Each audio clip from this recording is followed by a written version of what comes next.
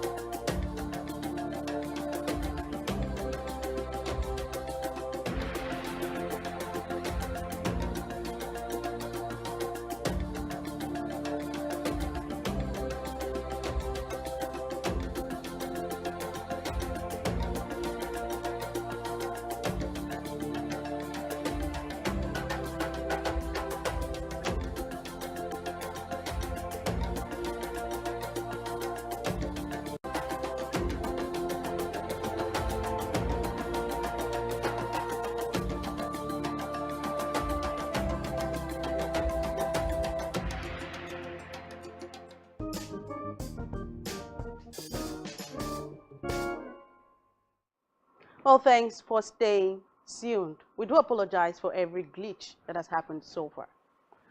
We'll be starting with manufacturers saying CBN's new lending rates of 14% will bring hardship to Nigerians. The Manufacturers Association of Nigeria has decried the recent upward review of the monetary policy rate, the MPR, by the Central Bank of Nigeria, the Monetary Policy Committee, as unfriendly to Nigerians. MAN, which is the Manufacturing Association of Nigeria, argued that not only did the new interest rates make it even more difficult for CBN to achieve a single rate, but also make goods in the country very expensive, among other negative consequences. After holding the MPR constant at 1.5% for about 2.5 years, CBN's Monetary Policy Committee raised the benchmark interest rate by 150 basis points to 13% in May and again in June at 14%. The group said the situation would also lead to rising cost of manufacturing inputs, which will naturally translate to higher cost of goods, low sales, or enormous volume of inventory of unsold products. Well, next let's look at the foreign exchange markets. Nigerians who converted some of their Naira savings into dollar at the start of the year are currently in money. As of December 31st, 2021, the exchange rate at the parallel market closed at about 565 Naira a dollar. However, the rapid depreciation of the Naira in recent months have seen the exchange rate fall to a whopping 720 Naira a dollar in the black market.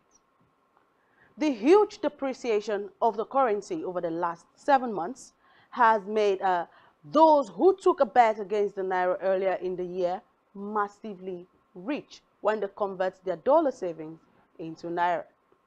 This includes Nigerians with savings in domiciliary accounts, investment trading apps, bonds, or any investments that are dominated in US dollars. Well, according to data from the CBN, the total amount of dollars deposited into domiciliary accounts of Nigerian banks as of December 2021 was estimated at $20 billion. That amount was classified as 8.5 trillion naira by the CBN using its official exchange rate and would have been worth 11.3 trillion naira on the black market. But right now, it is worth 14.4 trillion naira in the same market at the exchange rate of 720 naira per dollar. Similarly, a $10,000 investment in January that was worth 5.65 million naira is now worth 7.2 million naira at the latest exchange rate. Well, moving away from the foreign exchange market, let's look at the energy markets.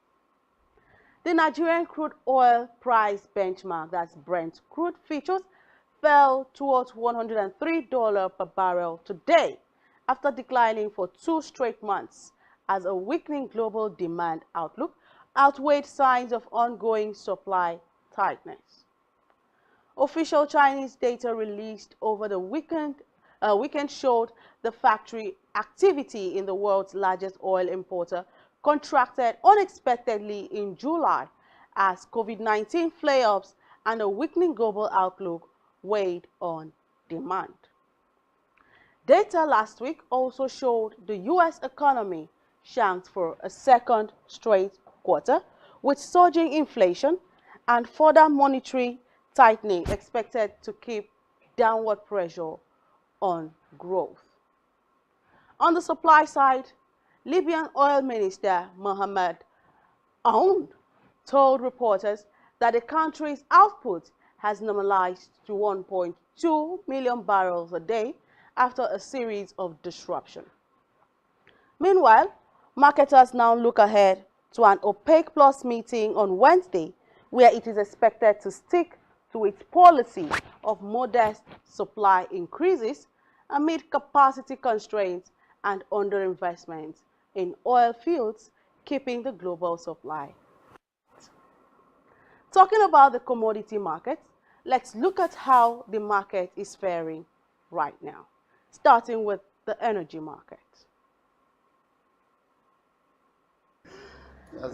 Looking at the Brent crude, we'll be starting with WTI, the US crude benchmark.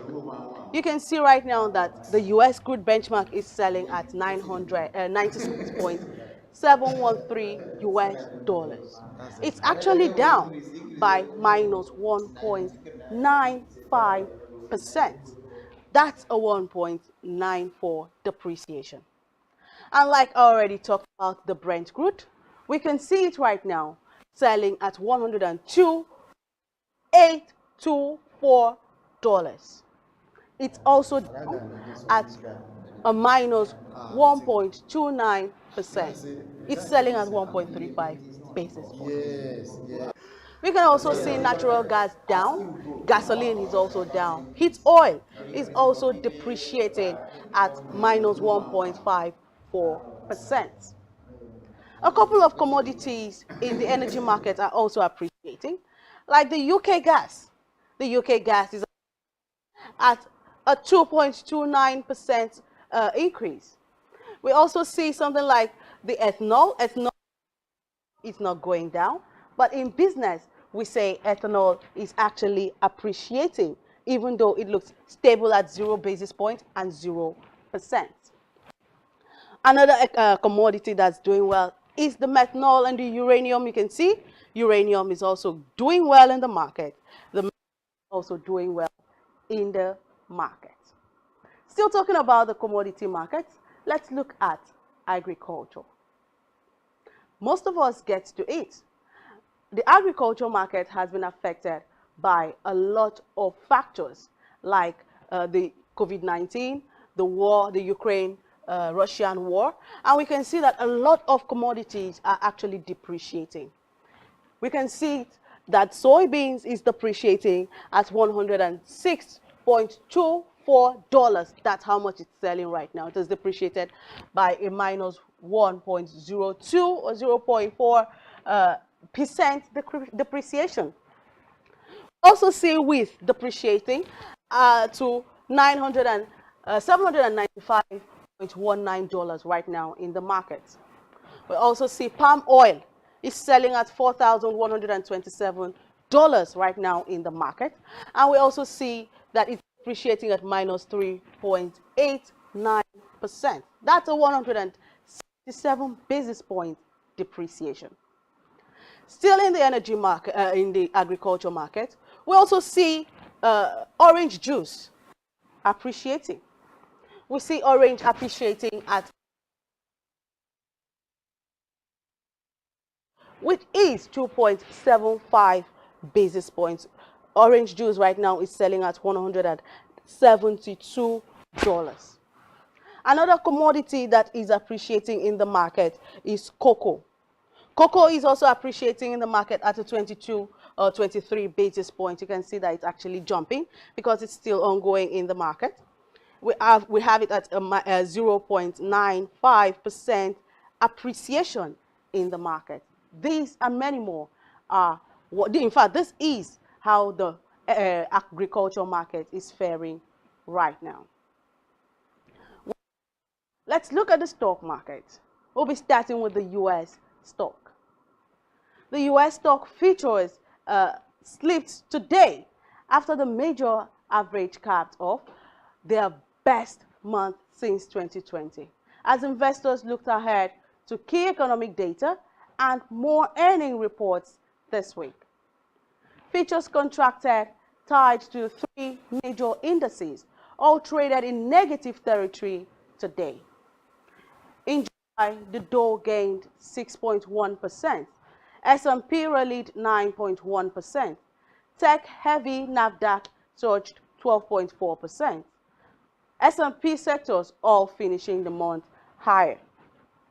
U.S. stocks rallied in relief last month initially as pessimism reached extreme levels, and later on as upbeat earnings reported from major companies and a less hawkish Federal Reserve sustained the move higher. Well, data last week showed that the U.S. energy shrank for the second straight quarter, while the Fed preferred inflation measure hit the highest level since January 1982. Well, at this point, we've come to the end of Business 360 today. Join us again for more business information tomorrow here on Spectrum Television. I remain Edidion Martin. Up next is the news at 12. Stay tuned.